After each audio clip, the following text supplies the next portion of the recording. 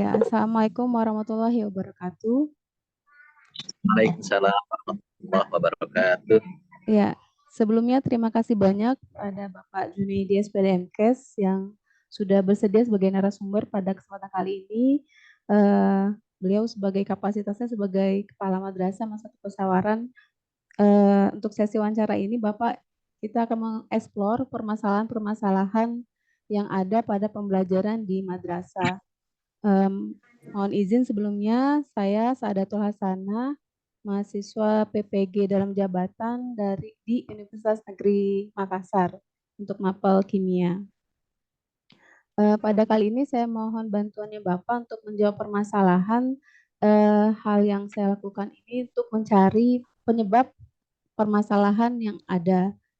Ini ada beberapa kelompok Pak permasalahannya. Yang pertama tentang pedagogik. Jadi kondisi saat ini motivasi belajar siswa tergolong masih rendah. Hal ini bisa kita lihat dari bagaimana frekuensi kehadiran siswa di kelas, kemudian hasil penilaian belajar dan keaktifan di kelas. Menurut Bapak, apa yang menyebabkan motivasi belajar kita ini masih rendah, Bapak? Baik, mengapa motivasi belajar siswa itu masih rendah? Biasanya motivasi itu rendah. Yang pertama adalah dari dirinya sendiri, karena ada berapa faktor ya, faktor dari luar atau faktor dari dalam. Yang dari dalam adalah biasanya terkait hal yang tidak ia sukai. Contoh, mata pelajaran yang dia tidak sukai, kemudian guru yang dia tidak sukai, kemudian cara guru mengajar itu dia juga tidak sukai. Kemudian yang dari luar biasanya dari orang tua juga kurang memberikan perhatian khusus, sehingga anaknya juga kurang termotivasi untuk mencapai cita-cita atau saat dia belajar. Itu faktor yang di luar. Kemudian juga ada faktor lain. Biasanya motivasi itu kalah dengan hal atau perilaku siswa itu di luar dia belajar. Contoh, karena dia banyak teman bergaul, main, sehingga malas untuk belajar, akhirnya tidak menimbulkan motivasi karena dia bergaul juga dengan teman yang salah, baik di sekolah atau di lingkungan rumah atau masyarakat. Itu Iya. mungkin. Jadi ada dua faktor ya, dari internal dan eksternal hal ini ya. Dari dirinya Terutama sendiri. iya dari dirinya sendiri. Dan faktor lingkungan terutama juga sangat berpengaruh terhadap siswa kita. Berikutnya Bapak terkait dengan kemampuan literasi. Di Indonesia sendiri faktor literasi ini masih mendapat ranking di bawah. Menurut Bapak, apa penyebabnya minat baca atau literasi siswa masih kurang dalam hal ini? Yang pertama itu biasanya mungkin juga bukan hanya siswa ya, kadang-kadang guru pun sama. Karena minat baca itu kalah dengan minat yang lain. Sekarang ini minat baca itu sangat kurang karena mungkin ada hal lain yang lebih menarik. Contoh, adanya media sosial, kemudian ada teknologi yang lain, sehingga orang malas membaca ya. Selanjutnya adalah terkait dengan itu juga ada pergantian antara buku dengan teknologi lain, sehingga contoh sekarang ada Mbah Google lah, gampang lah, tinggal lihat aja Mbah Google gitu. Jadi membaca itu cukup bisa diwakili dengan Mbah Google aja, selesai sudah gitu loh, dengan konsep adanya media itu, sehingga berdampak juga negatif dalam minat baca itu. Iya. Iya, terutama teknologi sangat berpengaruh ya pada minat baca. Dulu Gramedia ramai, sekarang lebih mudah kita cari akses lewat Google. Iya, benar. Iya, Pak. Selanjutnya Pak tentang kemampuan numerasi. Kemampuan numerasi ini terkait dengan hubungan dasar berhitung, matematis, menginterpretasikan tabel, grafik, diagram, dan sebagainya. Mengenai hal ini, menurut Bapak, apa yang menyebabkan sehingga siswa memiliki kemampuan dasar atau matematisnya atau numerasi yang masih rendah? Yang pertama mungkin jenuh ya, Jenuh. dengan terkait matematis ya. Satu itu. Yang kedua, ya mungkin juga anak-anak juga belum terbiasa, mengenal terkait dengan soal literasi numerasi matematis ya. Yang ada hanya paling mereka itu hanya mengenal jenisnya hanya coba kerjakanlah, hitunglah, kemudian kerjakan model seperti apa gitu. Jadi belum ada yang literasi numerasi yang diterapkan sehingga anak-anak itu bisa mendapatkan kemampuan yang lebih. Akhirnya kan jenuh gitu. Kalau saya lihat sih seperti itu, masih kurang lah terkait kenal mengenai soal-soal seperti matematis yang literasi numerasi. Belum terbiasa dan belum terlatih sepertinya Pak ya. Iya, belum terbiasa. Apakah karena gurunya juga belum membiasakan atau karena siswanya juga memang ya tidak suka dengan yang seperti itu. Iya, udah pusing duluan biasanya Pak. Iya. Kalau udah soalnya terlalu rumit. Ya, selanjutnya kelompok yang kesulitan belajar siswa. Ini berdasarkan penelitian dan observasi di lapangan bahwa mayoritas siswa kita kurang menyukai pelajaran hitungan atau terutama di sini eksak. Dalam hal ini dibanding pelajaran lain. Misalnya seperti PKWU atau prakarya itu lebih sulit, lebih tidak suka lah siswa pada pelajaran hitungan. Menurut pendapat Bapak, mengapa mayoritas ini siswa kurang menyukai pelajaran hitungan dibanding dengan pelajaran lain? Mindset siswa itu kalau sudah hitung-hitungan kayaknya ngelibet ya. Jadi pusing, capek gitu loh. Udah capek duluan, berbeda dengan mereka mendengar yang bercerita kayak seperti bahasa Indonesia atau PKN atau sejenisnya, tidak menggunakan terlalu ini untuk cara nalarnya ya, untuk berhitung dan segala macam. Biasanya sih seperti itu. Kawan-kawan juga dulu waktu masih sekolah juga, kalau sudah ketemu mata pelajaran yang sifatnya menghitung, kayaknya sudah stres duluan gitu, udah jenuh duluan gitu di luar itu. Kalau bicaranya seperti itu. Ya mungkin pola penyampaiannya, kemudian medianya itu harus dibuat lebih menarik sehingga siswa itu ada ketertarikan terkait juga media. Gitu. Ya, jadi bagaimana guru bisa menyampaikan materi lebih mudah dimengerti mungkin ya Pak dari siswanya. Mereka nggak pusing dengan penjelasan yang jelimet mungkin. Iya. Iya. Terus selanjutnya terkait dengan hubungan guru dengan siswa dan orang tua. Ya, permasalahannya adalah kurangnya komunikasi dan kerjasama yang baik dengan orang tua dalam hal ini dukungan dalam pembelajaran, Pak. Mungkin selama ini sudah ada komunikasi, misalnya guru BK atau wali kelas memanggil orang tua, tapi sampai saat ini masih memanggil terkait dengan siswa yang bermasalah saja gitu. Belum terkait dengan perkembangan siswa di pembelajaran di kelas. Iya, menurut apa penyebabnya sehingga terjadi seperti ini? Saya rasa memang seharusnya terkait hubungan guru dan orang tua wali itu kan bukan hanya terkait dengan kadang hanya hubungan terkait dengan dia bermasalah ya. Tapi ada hubungan yang lainnya dengan sifat yang membangun terhadap anak, guru dan madrasah atau sekolah tersebut. Itu dilakukan biasanya tidak terjadi hubungan itu. Pertama karena mayoritas basic pendidikan orang tua. Kadang-kadang pendidikan orang tua itu menentukan juga tentang bagaimana sih sebaiknya komunikasi, pengalaman. Pendidikan juga mempengaruhi. Yang kedua, kesibukan orang tua karena latar belakang pekerjaan. Jadi ada orang tua yang pekerjaannya, ya contohlah, ada orang tua yang kerjanya jauh gitu loh, sehingga dia pergi pagi, pulang sore, atau bahkan pergi subuh, pulangnya maghrib. Begitu pula dengan ada yang orang tuanya juga yang pekerjaannya bertani atau petani lah ya. Itu juga begitu, pergi pagi, pulang, sehingga waktunya itu untuk anak itu kurang.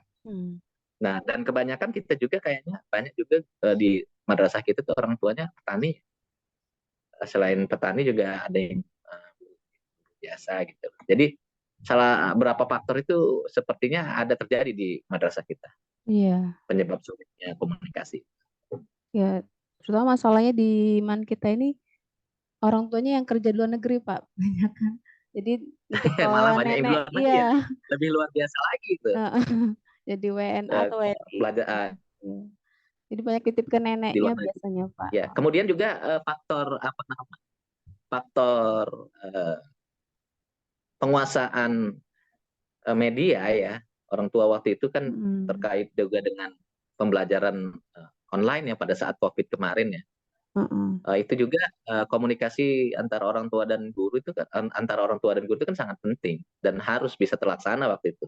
Nah, namun kadang-kadang itu juga orang tua itu kurang menguasai atau apa ya? Kalau orang tuanya yang up to date ya atau orang tuanya yang bisa dikatakan eh, kelahiran tahun 2000 kayak ini mungkin masih bisa mengikuti itu ya. Tapi Mm-mm. kalau udah orang tua angkatan orang tua ini kita eh, Iya, ya kurang gitu loh. Nggak ngerti apa itu Zoom, nggak ngerti apa itu iya. WhatsApp. Beda generasi Ya, ya, Pak. Iya, beda generasi. iya. Iya gitu. Lanjut ya, Pak, tentang berikutnya nih tentang pemanfaatan model-model pembelajaran inovatif. Ya, di lapangan berdasarkan observasi juga guru kurang maksimal memanfaatkan model-model pembelajaran inovatif seperti project based learning, problem based learning, discovery learning, inquiry dan banyak lagi. Menurut Ya. menurut pendapat Bapak, mengapa guru kurang maksimal memanfaatkan model-model pembelajaran inovatif ini dalam pembelajarannya?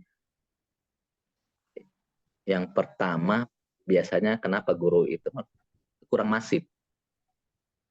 Eh, Kayak contoh kemarin Zoom. Dulu kita Zoom nggak mengenal Zoom. Tapi Mm-mm. setelah masif semua orang menggunakan Oh Zoom. iya Termasuk iya. kita hari ini Zoom. Mm-mm. Nah, kalau pembelajaran itu masif dan selalu sering dilakukan, insya Allah guru juga akan terbiasa ya. Itu Mm. yang pertama. Yang kedua, eh, guru kurang mau memanfaatkan itu. Iya. Eh, bisa bisa jadi yang pertama dia tidak paham dengan model-model seperti itu karena selalu Mm-mm. menggunakan cara Yang belajar yang konvensional ya. monoton, kurang profesional ya. Pokoknya hanya buku, mencatat atau melihat apa gitu loh. Yang kedua, dia malas, Mm-mm. Malas berinovasi berarti Bapak. malas gitu loh. Iya. Nggak mau, ayo sudah lah gini aja. Kita nggak mau ribet, nggak mau pusing, nggak mau Mm-mm. menggunakan inovasi itu atau tidak mau berinovasi.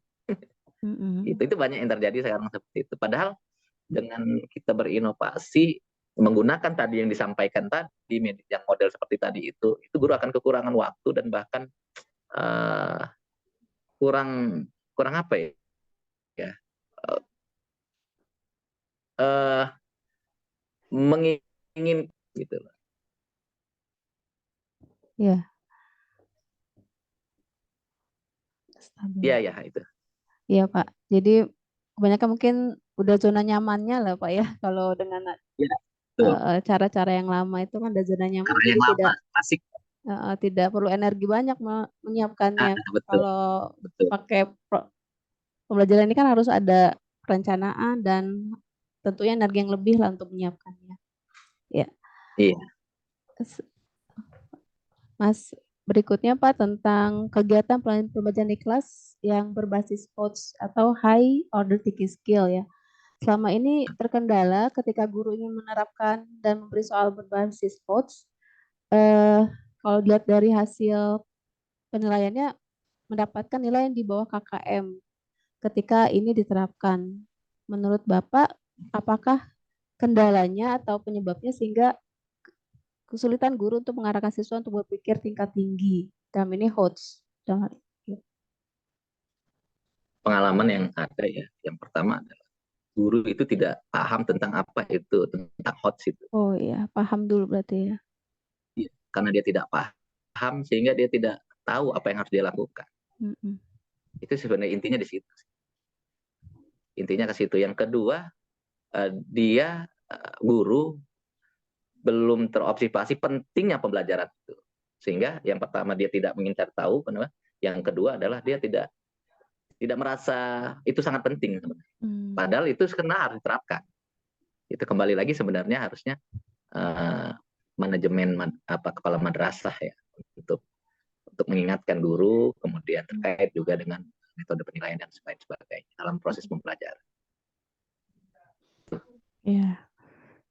Nah, ini yang terakhir Pak tentang pemanfaatan teknologi dan inovasi dan pembelajaran. Jadi terkait dengan hal ini kita tahu bahwa saat ini banyak sekali teknologi yang bisa mendukung pembelajaran. Kalau waktu COVID kemarin kan ada e-learning madrasah menggunakan Canva, Google Form dan sebagainya. Menurut pendapat Bapak, mengapa guru belum maksimal dalam memanfaatkan teknologi dalam melakukan pembelajaran? Itu tadi. Kembali lagi. Sebenarnya Ya.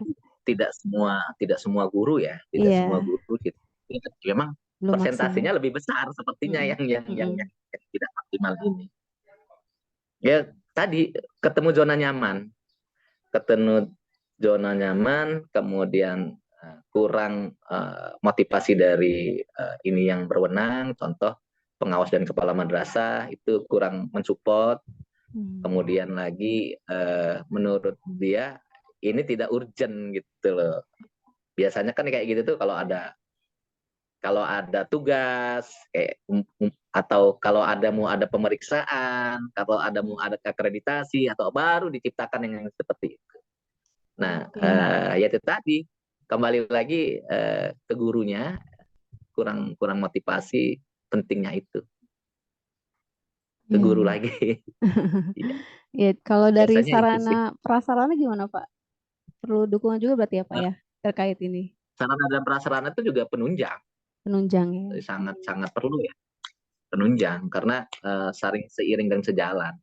Ada guru sangat semangat untuk melaksanakan itu, tetapi sarana dan prasarananya tidak ada. Ada juga sarana dan prasarana dan support dari pemangku kebijakan itu ada, tapi guru tidak termotivasi. Ya harus ada sinergi lah antara guru, pemangku kepentingan, kemudian kebijakan-kebijakan yang ada di madrasah atau di sekolah, sehingga semua saling berjalan seiringan dan itu bisa terlaksana. Ya, alhamdulillah Pak untuk sesi wawancara ini sudah sedikit banyak dapat tanggapan dari Bapak yang luar biasa. Semoga nanti dianalisis lagi penyebabnya dan ditemukan solusi yang terbaik buat madrasah. Mohon izin Pak, mungkin ini Amin, bukan amin. wawancara yang pertama dan terakhir. Mungkin nanti kalau ada tahap selanjutnya mohon berkenan kesediaan untuk diwawancara kembali. Ya, Baik, baik. dan saya mohon maaf jika penyampaian pertanyaannya kurang pas dan saya ucapkan banyak terima kasih Bapak atas kesediaannya. Ya, saya Ria. Ya, Assalamualaikum sama-sama. warahmatullahi wabarakatuh. Waalaikumsalam warahmatullahi wabarakatuh. Izin lip ya. Iya Pak, tadi